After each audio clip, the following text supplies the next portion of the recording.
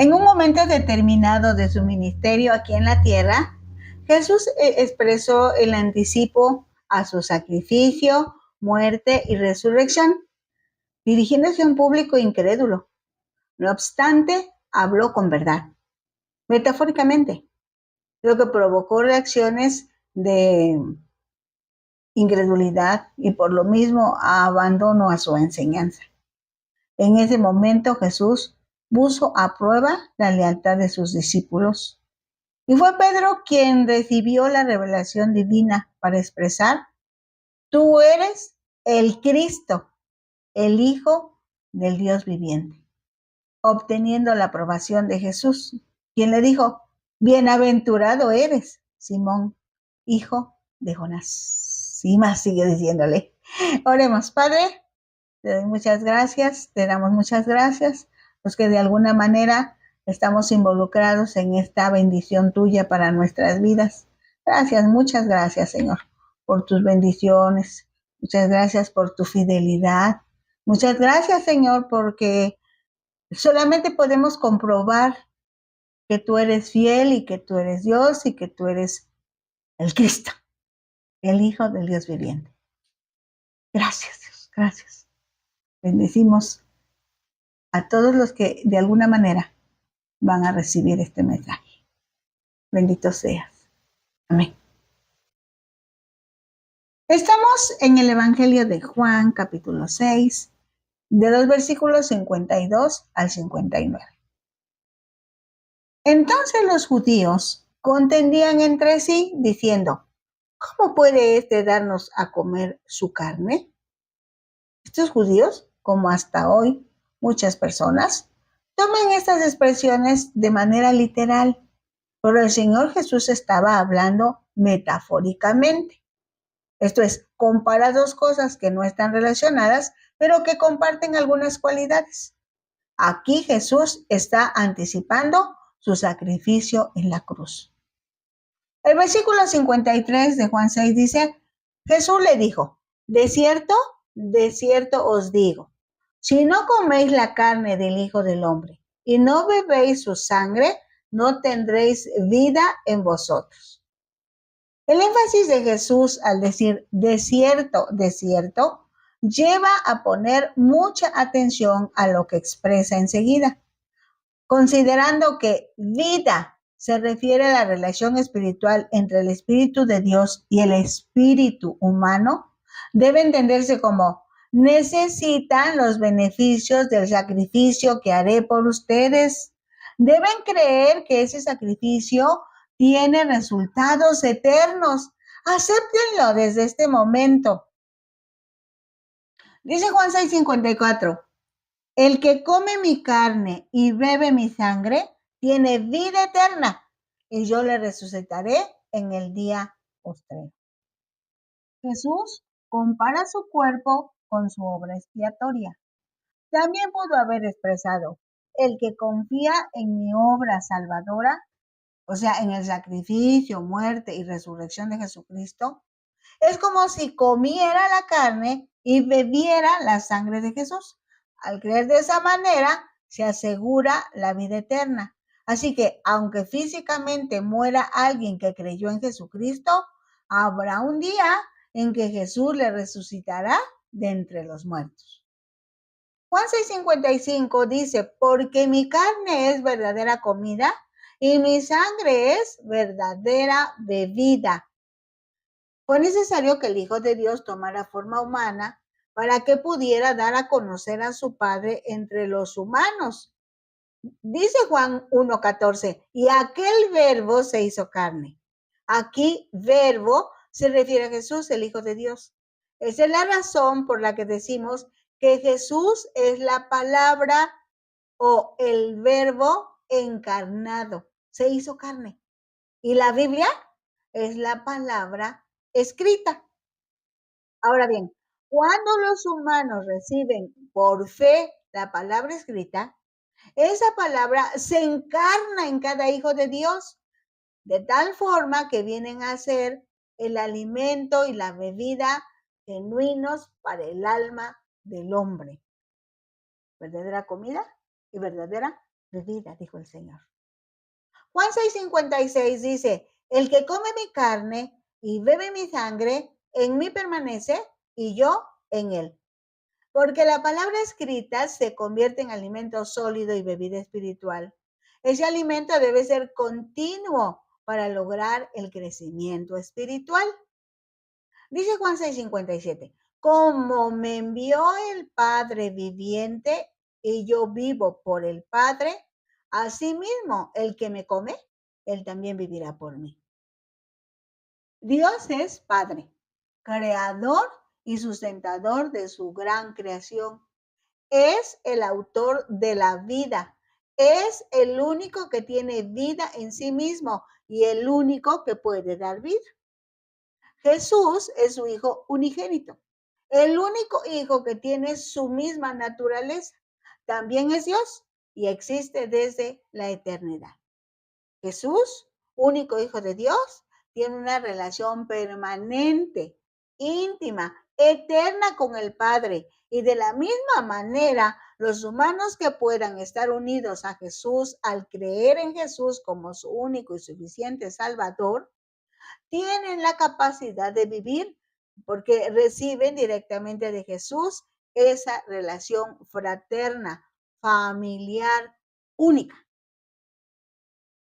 Como resumen diríamos, Dios tiene existencia en sí mismo. Dios comparte esa existencia con Jesús. Son uno solo. Y todos los humanos que aceptan los beneficios del sacrificio, muerte y resurrección de Jesucristo, reciben de Jesucristo esa relación, esa vida de Dios para el ser humano. Juan 6:58 dice, este es el pan que descendió del cielo. No como vuestros padres comieron el maná y murieron. El que come de este pan vivirá eternamente. Ahora utilizan la metáfora del maná o pan que descendía del cielo en los tiempos de Moisés, a quien los judíos siempre han respetado y reconocido como siervo de Dios que los sacó de Egipto. Jesús les aclara que en el tiempo pasado comieron maná o pan del cielo, pero que cuando Jesús tomó forma humana, realmente es una forma de mostrar el amor, la presencia de Dios, el cumplimiento de sus promesas y demás. Dice Juan 6:59, estas cosas dijo en la sinagoga, enseñando en Capernaum. Capernaum también se le conoce como la ciudad de Jesús, pues ahí fue su centro de operaciones durante su ministerio en Galilea. Está situada en la playa noroeste del mar de Galilea. Fue una ciudad importante durante la época de Jesús y se menciona varias veces en el Evangelio. Aquí Jesús realizó muchos de sus milagros. Por ejemplo, liberó a un hombre. Eso está en Marcos 1, 21 al 28. Sanó al siervo de un centurión. Mateo 8, 5 al 13. Sanó a la suegra de Pedro. Marcos 1, de los versículos 29 al 31. Sanó a un paralítico, según Lucas 5, 17 al 26.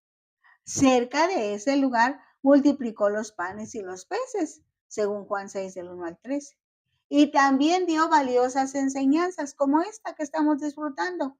Su discurso sobre el pan de vida, en donde Jesús, sin decirlo, se refiere a la fe y la humildad con que se debe recibir la enseñanza del Maestro.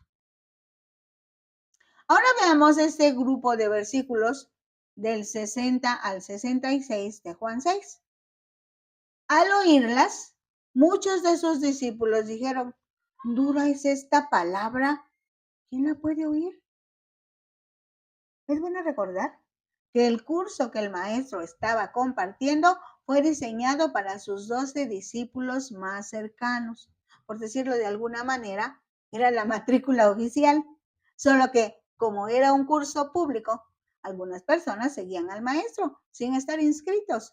Cuando escucharon el discurso con el título de Jesús, el pan de vida, les pareció demasiada exigencia y decidieron darse de baja.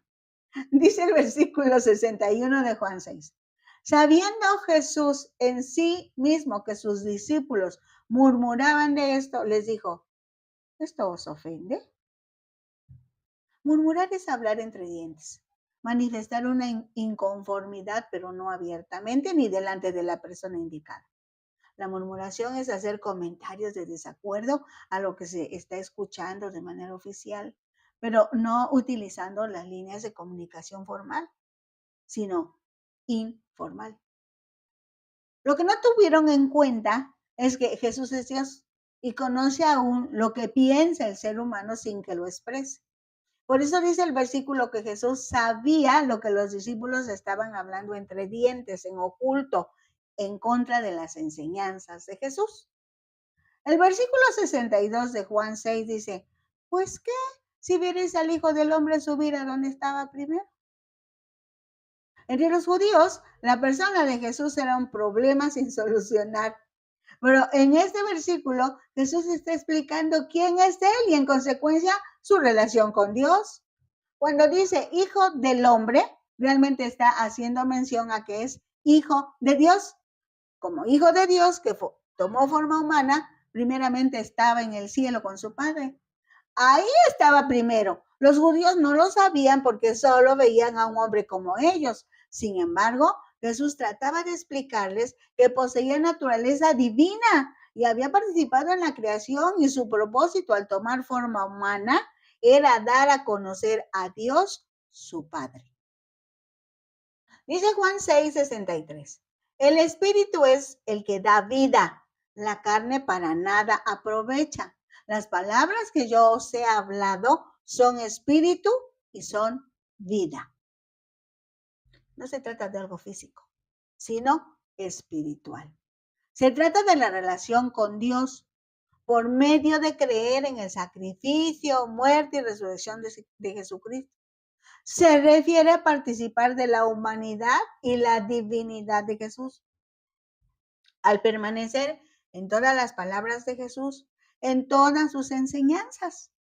Esto solo se puede lograr si se acepta humildemente la participación del Espíritu Santo en la vida de cada creyente. En este versículo, Jesús asegura que sus enseñanzas, sus mandatos, provienen directamente de Dios, su Padre.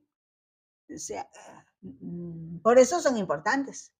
No solo porque sean verdaderas, sino porque llevan el poder del Espíritu Santo. El Espíritu Santo es Dios, quien es el primero en participar dentro del ser humano, convenciéndolo de pecado, llevándolo al arrepentimiento y en consecuencia a la confesión de pecados en el nombre de Jesús. Dice Juan 6:64. Pero hay algunos de vosotros que no creen, porque Jesús sabía desde el principio quiénes eran los que no creían y quién le había de entregar. Enfatiza la importancia de la fe, la necesidad de creer y, como se ha explicado, es el Espíritu Santo el que convence de pecado.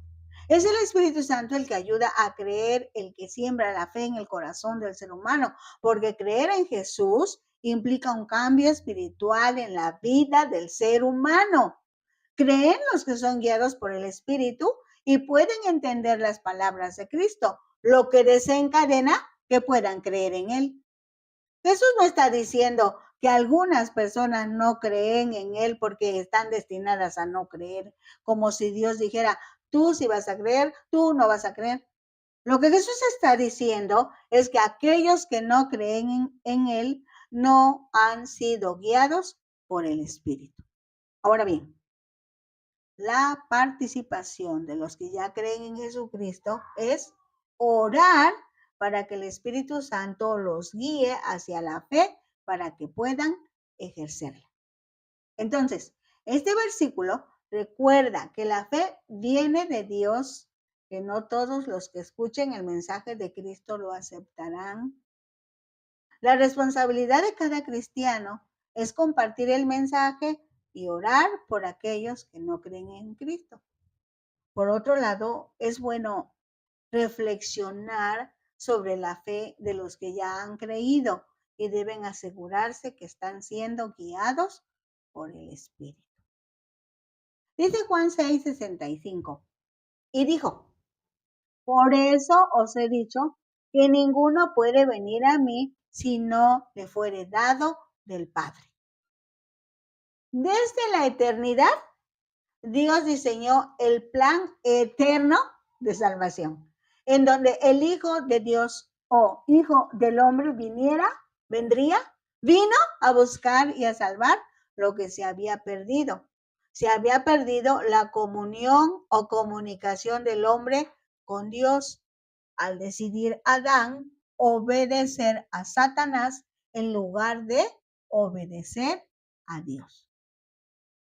Esto es un regalo de Dios para los seres humanos. El que los busque, los encuentre, los conquiste y les devuelva su lugar con Jesús en el cielo. De ahí la importancia de la venida del Espíritu Santo a la tierra y de su trabajo en el corazón de la humanidad. Pues llegó el día de Pentecostés y se quedó para convencer al mundo de pecado.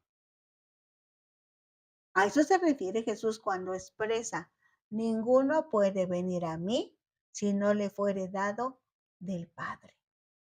Juan 6:66 dice, desde entonces muchos de sus discípulos volvieron atrás y ya no andaban con él. En ellos también se cumple la palabra, pues la escucharon. Dios, el Espíritu Santo, los buscó y los llevó a Jesús. Pero ellos decidieron volver atrás y dejar a Jesús. Entonces, fue la decisión de esos discípulos, no que Dios haya dicho, ustedes no pueden ser salvos. Vamos a los versículos 67 al 71 de Juan 6. Dijo entonces Jesús a los 12, ¿queréis acaso iros también vosotros? Esta pregunta pone a prueba la fe y la lealtad de los que se consideren discípulos de Jesús. De los que nos consideremos discípulos de Jesús. Permite la reflexión en cuanto a que muchas veces se habrán de enfrentar situaciones difíciles y enseñanzas que cuestionan la fe con el riesgo de abandonar la tarea, la consigna, el propósito. No obstante, es necesario recordar que el ejercicio de la fe no siempre es fácil y que la lealtad a Jesús requiere perseverancia y, en cierto modo, sacrificio. Dice Juan 6:68. Le respondió Simón Pedro, Señor, ¿a quién iremos? Tú tienes palabras de vida eterna. Retomando el capítulo 6 desde su inicio, registra la historia de la multiplicación de los panes y los peces. Después de esta señal, la gente pregunta acerca de quién realmente es Jesús. Y ese hombre que todos conocen, incluyendo a su familia. Jesús aprovecha para hablarles sobre su identidad, o sea, quién es Jesús y lo que significa seguirle. Cuando Jesús usa la metáfora de la carne y la sangre para explicar de su sacrificio, muerte y resurrección que pronto se llevará a cabo, las personas no pueden digerir, no pueden aceptar, no pueden soportar esa enseñanza y muchos empiezan a alejarse de Jesús porque no entienden su enseñanza y también porque no encuentran lo que ellos esperaban. Esperaban un rey bélico, conquistador, que les devolviera que le devolviera su gloria a Jerusalén, al pueblo judío, que ofreciera victoria sobre sus conquistadores romanos. Una vez que se han retirado, los que se tenían que retirar, Jesús se dirige a los 12 y les plantea la pregunta, ¿ustedes también quieren irse? En ese momento, Pedro se levanta y su respuesta empieza con otra pregunta. ¿Quién iremos? Cuya respuesta se sobreentiende. No nos vamos, porque estamos convencidos de que solamente tú eres el que tiene la verdad y la comparte con nosotros. Reconoce que no hay otro que pueda ofrecerle vida eterna. O sea, renovar la relación con su Creador y Dios. Eso quiere decir vida eterna. Dice Juan 6:69. Y nosotros hemos creído y conocemos que tú eres el Cristo, el Hijo del Dios viviente. Ahora bien, que Jesús sea el Cristo es definitivamente la gran verdad, pero que los discípulos pudieran creer a esa verdad es totalmente diferente. Así como conocer, saberlo desde el Espíritu, que ese hombre que está frente a ellos, ese hombre que se puede decir es común y corriente, también es Dios, es el Cristo esperado, el deseado de todas las naciones, es Dios en carne humana, con todas las características de los seres humanos, pero con todo el poder del Verbo, del Hijo de Dios, que en el principio era Dios, era con Dios y fue el creador, porque en él estaba la vida y la vida era la luz de los hombres. Hasta hoy, Jesús es la única fuente de vida eterna y que todas las demás cosas son temporales y se terminarán, perecerán. Pero en Jesucristo los hombres encuentran esperanza, propósito y dirección para sus vidas. En la versión del Evangelio según Mateo, en el capítulo 16, versículos 17, 18 y 19, dice que la respuesta de Jesús para Pedro fue: bienaventurado eres, Simón, hijo de Jonás, porque no te lo reveló carne ni sangre, sino mi Padre que está en los cielos. Y yo también te digo que tú eres Pedro, y sobre esta roca edificaré mi iglesia, y las puertas del Hades no prevalecerán contra ella. Y a ti te daré las llaves del reino de los cielos. Y todo lo que atares en la tierra será atado en los cielos, y todo lo que desatares en la tierra será desatado en los cielos.